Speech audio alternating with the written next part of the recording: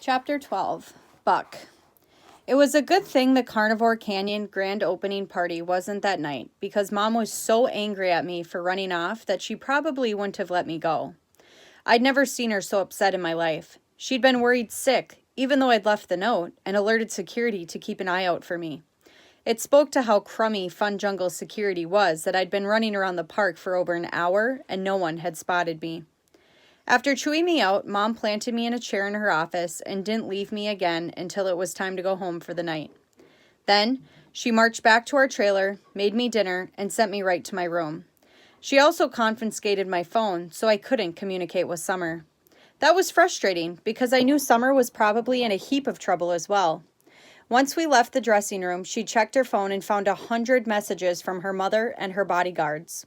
I got a split, she'd told me, and raced out the front gates to grab a cab. I hadn't heard from her since, and now wondered if she'd even be allowed to go to the gala event the next night, let alone bring a date. I told Mom what I'd learned, of course. I'd tried to leave Charlie out, but she dragged his name out of me. I wanted her to know I disobeyed her for a good reason, my own safety. If Pete and Marge really killed Henry, then they were also the ones who tried to kill me, I explained. We should tell the police. The police aren't going to believe the story for 1 second, Mom told me. Why not? Because I don't even believe it. Pete Thwacker doesn't know a thing about hippos, and Marge is even dumber. You really think those two blockheads could put together that plan to kill Henry? Maybe, I said. Although the truth was, this had already occurred to me. It was what had bothered me about Charlie's story.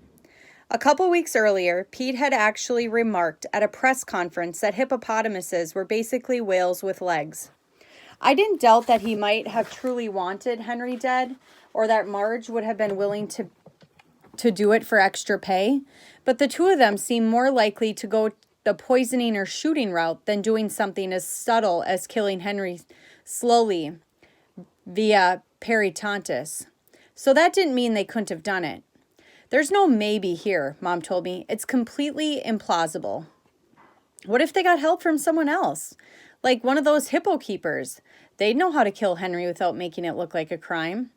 Mom just shot me an angry look, as though the idea that one of the keepers would help kill their own animal was offensive to her. Then she got up, went into the adjoining office, and made a call.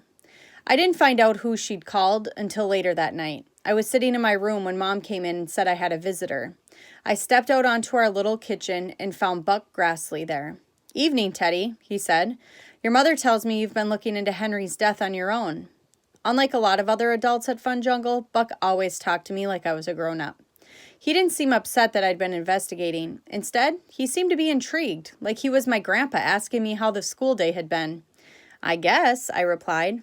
Buck chuckled a bit. "It's a nice night," he said. "Why don't we all have a little chat outside?" It really wasn't a question. He held open the door for us. I looked to Mom. She nodded that it was all right, so I went out. We had a couple of cheap Target lawn chairs set up outside our door, facing the woods. Dad and Mom liked to sit there at night, stare up at the sky, and imagine they were back in Africa. Ever the gentleman, Buck waited for my mom and I to sit before he did. It was still humid out, but the heat of the day had broken. The stars were bright and the woods were alive with the chirp of crickets. "Your mother tells me you talked to Charlie Connor today," Buck said. "He told you Pete Thwacker and one of my own people might have had something to do with Henry's death." I thought it was interesting that he didn't call Large Marge by her name, or call Henry's death a murder. "That's right." "I don't suppose Charlie told you what he did before he was in the circus?" "No. He was in jail." I swallowed hard, worried. Charlie had threatened me not to mention his name, and that I and now he turned out to be a criminal. For what? "Armed robbery." "You mean like from banks?" "No, nothing that big. He mugged people, just a two-bit thug." Mom stared at Buck, even more upset than me. "You hired an ex-con to work as a mascot?" Buck shrugged. He'd served his time, got early parole for good behavior. The system considers him reformed. "I'm all for giving people a second chance," Mom said, "but as a mascot here? Most of that job is working with children. You couldn't have given him a behind-the-scenes position instead?" "I'm in security, not personnel. From what I understand, there's not a whole lot of people lining up to work as mascots. Those suits are hot and uncomfortable, and we've got to put them in people. I understand your concern, though. Have it, too. I've kept an eye on Charlie. So you think he's dangerous? To people? Not really. Charlie never actually used a weapon on anyone. He only used it to scare his victims. When he got busted, there weren't even bullets in the gun. But animals might be a different story. I know he likes to hunt, so he's killed animals before. And he did have a grudge against Henry. So you think maybe he murdered Henry? I asked, and then accused Pete and Marge to distract attention from himself.